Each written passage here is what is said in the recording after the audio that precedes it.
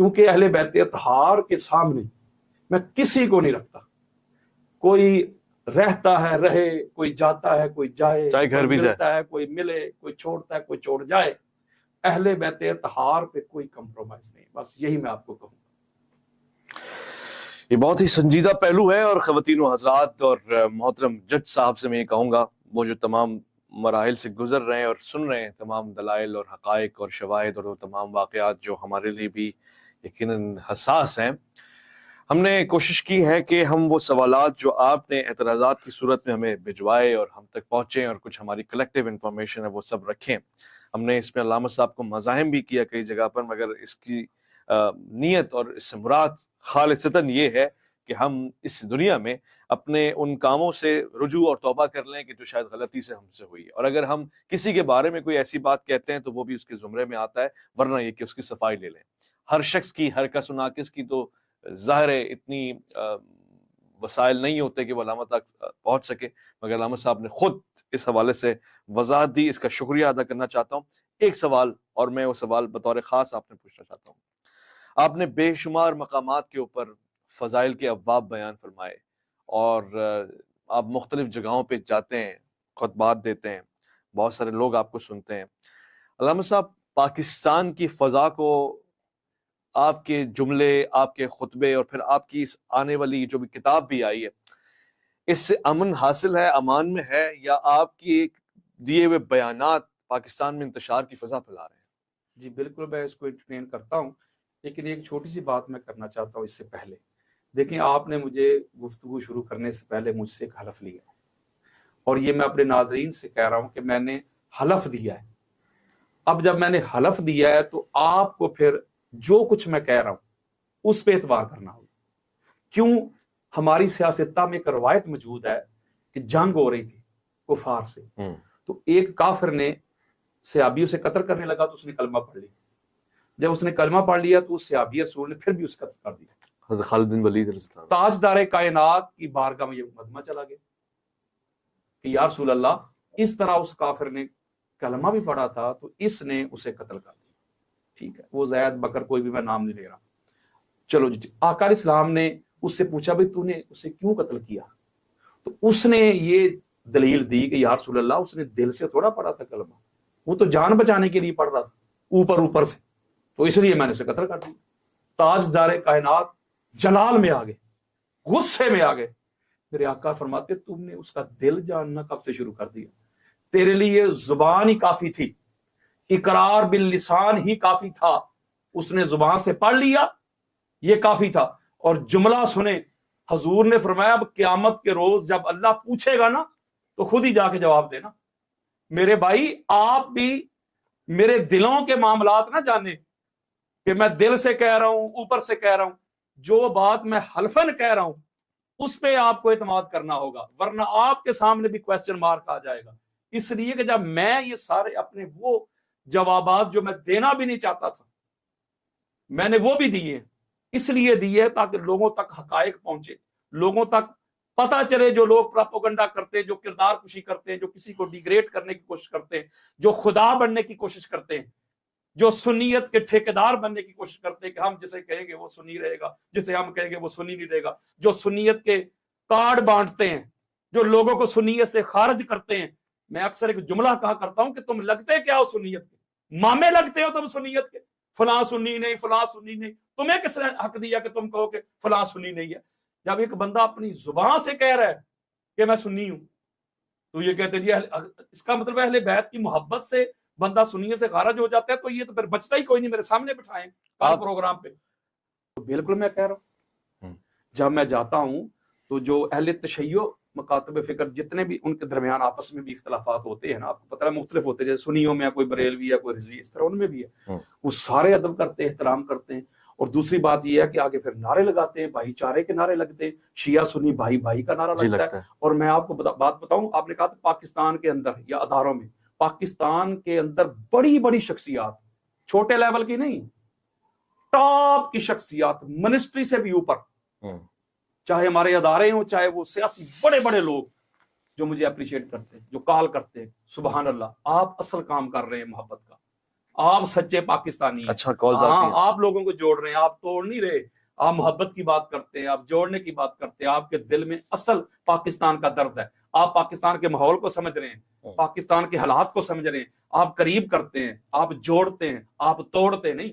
تو اس کے بے شمار ثمرات ہیں. دھمکیاں بھی آتی ہیں, وہ تو سارا کچھ, وہ تو تھریٹ ہے. مجھ پر فائرنگ ہوئی ہے, میں نے آپ کو حلف دیا ہے. مجھ پر فائرنگ ہوئی ہے.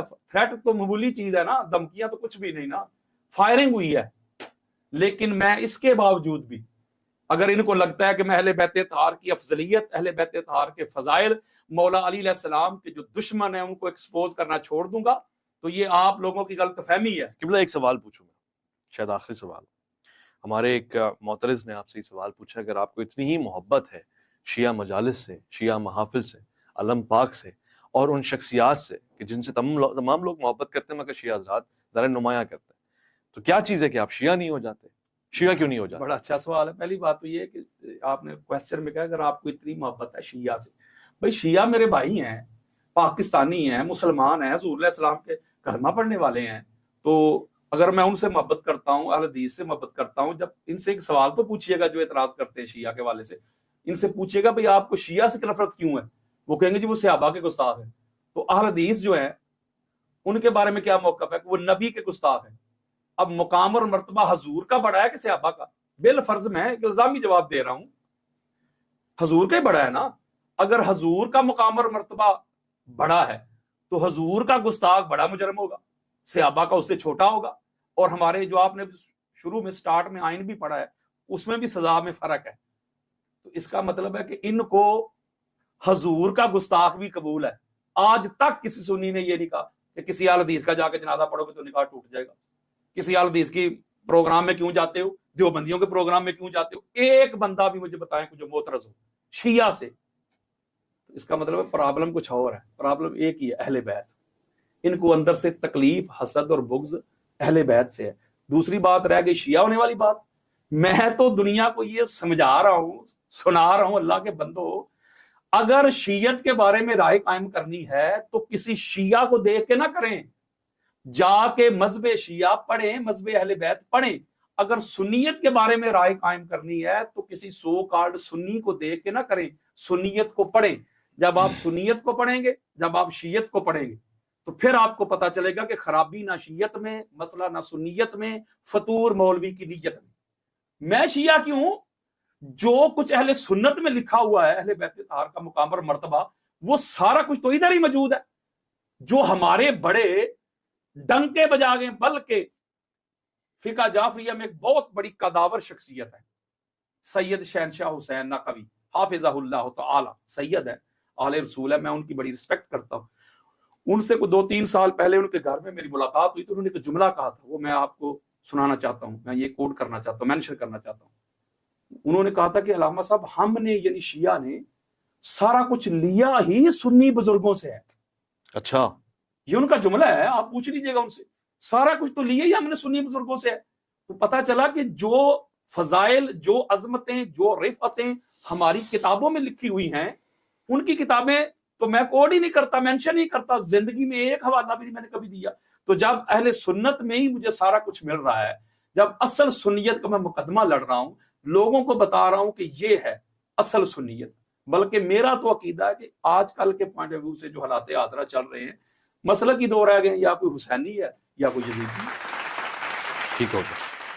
میں علامہ صاحب کا شکریہ ادا کرتا ہوں اور ان کی جرت, جسارت, ہمت, بہادری کی داد دیتا ہوں, کیونکہ ممبر پہ گفتگو کرنا نسبتاً آسان ہے, مگر ایک کٹہرے میں آ کے, علم کی عدالت میں آ کے اور آئین اور قوانین کے پیش نظر گفتگو کرنا, آپ لوگوں کے سامنے اپنا مقدمہ سنانا, یہ بے انتہا مشکل کام ہے. علامہ صاحب آپ کی تشریف آوری کا شکریہ.